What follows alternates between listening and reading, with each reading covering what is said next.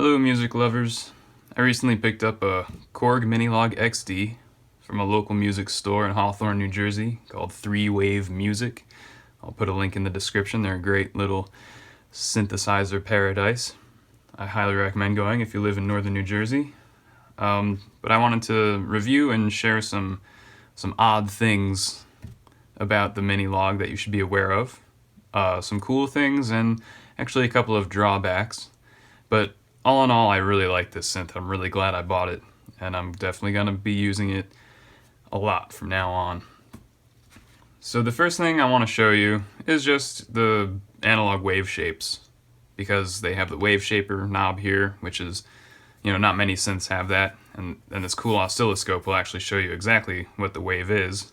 The first, over here you have your sawtooth, your triangle, and your square, which are the basic waves, but then you can shape them. So here you have a sawtooth, and just one oscillator is going, and you can see there as you shape it.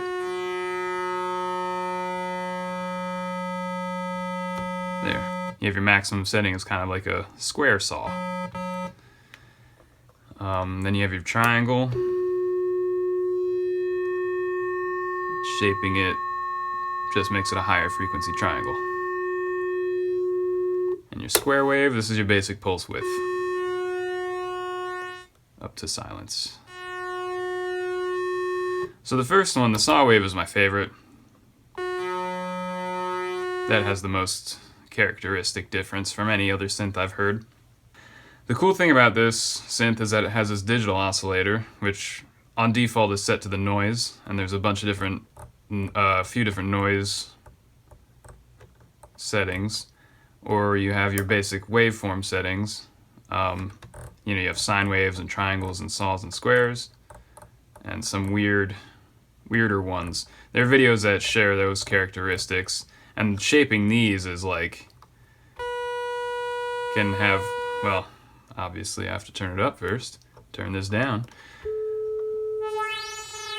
Can have very drastic effects. It's kind of like FM, like if you had the feedback set to just the first operator. That's kind of how that shaper works on the digital side. It's like feedback FM. So a cool thing I wanted to share with you is, if you have 3 oscillators, you kind of want to use one as a sub-oscillator if you're doing some bass lines. And obviously the digital being the cleanest, you might want to use that as a sub. But you can see that you can't change the pitch or the octave like you can on the VCOs. There's no pitch changing option. So, whoa. How do I use it as a sub? Well, I'll just put the VCOs up 1 octave, and so now by comparison this is down an octave, and then you just kind of play it an octave lower than you normally would. And there you have it. You got a pretty good sub going on there when you do that.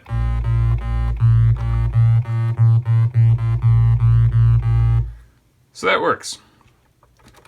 There's your little workaround for that.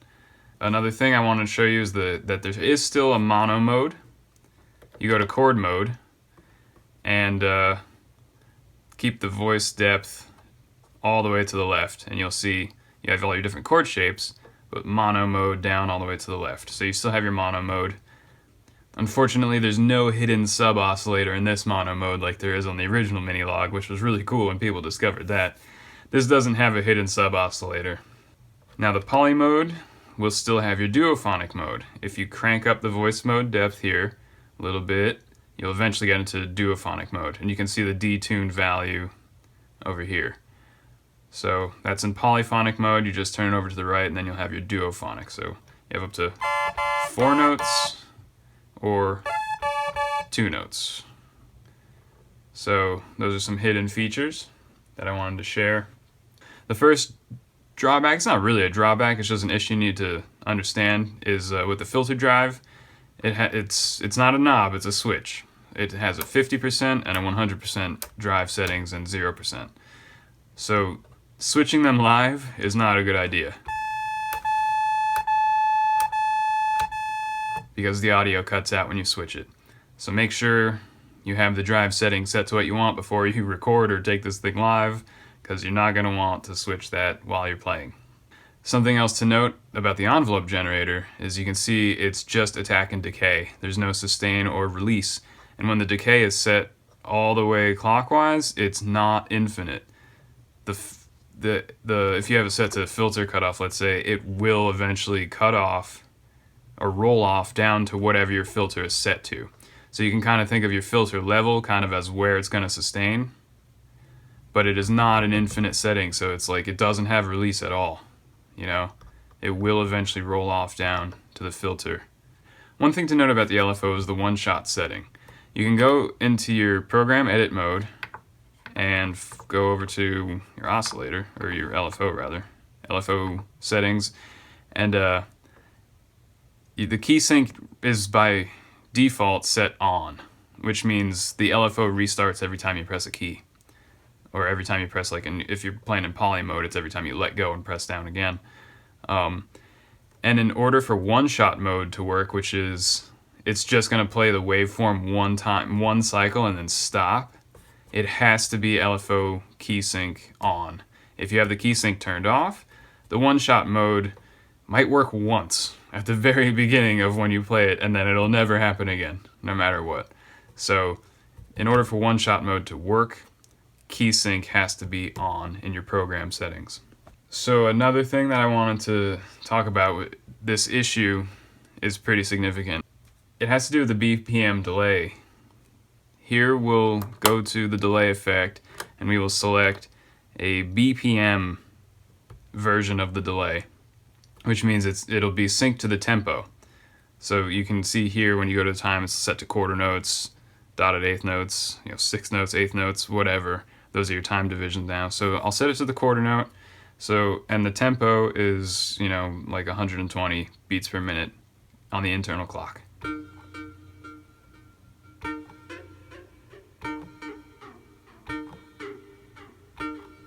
And you see it works fine. It's BPM synced to the tempo. Now, if you're like me, you like to play live, you like to have external sequencers, and you use a lot of MIDI cables. So I'm gonna go ahead, I'm gonna plug in a MIDI cable in the back of this here. And now this is slaved to my Squarp Pyramid sequencer. Any sequencer will do. And now the sequencer is sending the clock to the Korg, and the Korg is receiving it. And I'll start playing the sequencer. You can see the Korg sequencer is going at 120 beats per minute. And the delay is going at 120 beats per minute. The internal clock was set to 120 beats per minute, if you noticed before. And now I'm going to reach over off camera to my sequencer, and I'm going to increase this up way high. Let's say 200 beats per minute. Now you can see the Korg sequencer is going real fast. So the Korg is able to accept the clock just fine. And it works for the sequencer. I tested it, it works for the BPM LFO. Everything's synced up, except for the BPM delay effects. It's still going at 120 beats per minute. It's set to the last setting that the internal clock was before the Korg was overridden by my sequencer. So that's a serious problem. It doesn't change at all. It doesn't doesn't sync up with MIDI.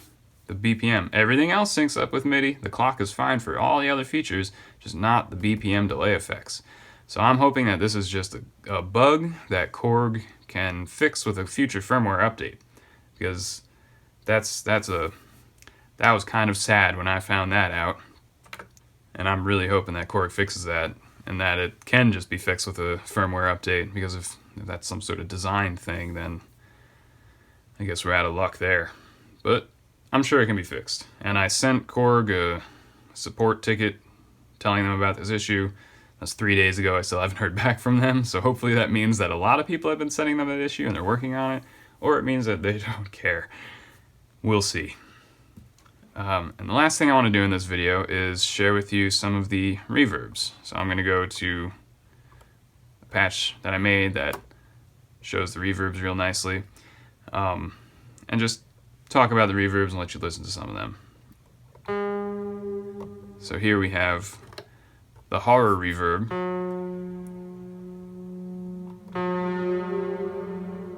which is a weird pitch modulator. So it's a little pitch shifty and it has an analog flavor to it. And we'll go to your standard hall reverb. I'm just going to put the depth all the way up on these things so you can really hear them.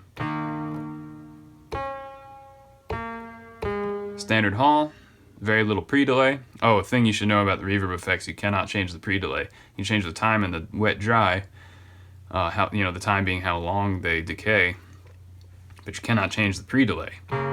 So there's a drawback with the reverbs, but it's not that big of a deal.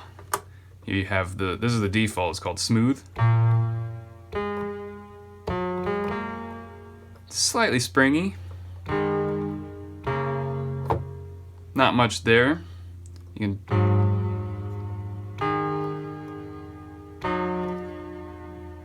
It's pretty subtle. Now the arena. You can really hear the pre-delay on this one. This one has a really long pre-delay, maybe like 30 or 40 milliseconds. The plate. This has a very short pre-delay, maybe 10 milliseconds, but you can still hear it. And I like that. That's the plate delay. The plate reverb sounds nice. Here's a room. Very subtle. Sounds like a cement room. It's a very weird room, but I like it. Early reflections. It's kind of convoluted-y.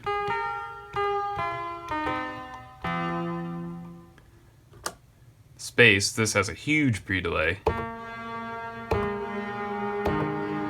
That is like 250 millisecond pre-delay.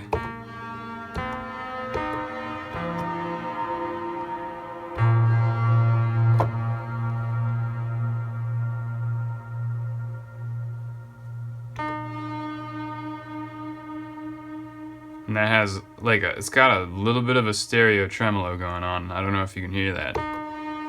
Not sure how good an iPhone's microphone is. The riser is fun. It's like a shimmer that goes up, but it's not an overwhelming shimmer.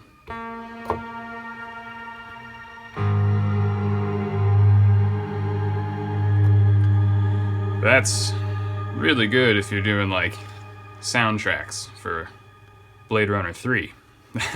That's the one you use. And the submarine one is really cool too.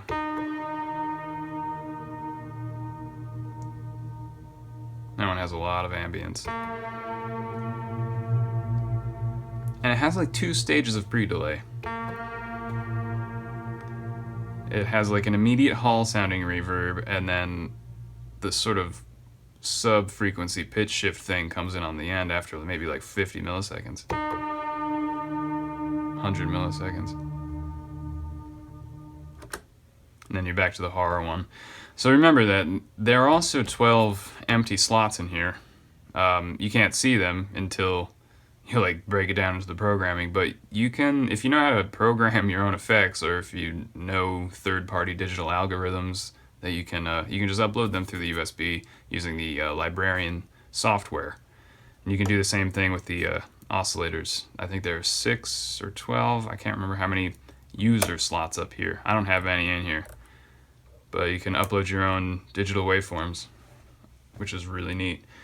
So I know I mostly pointed out some drawbacks, but it's just because I wanted to point those things out. But all in all, this synth is great. And my favorite thing is the microtuning.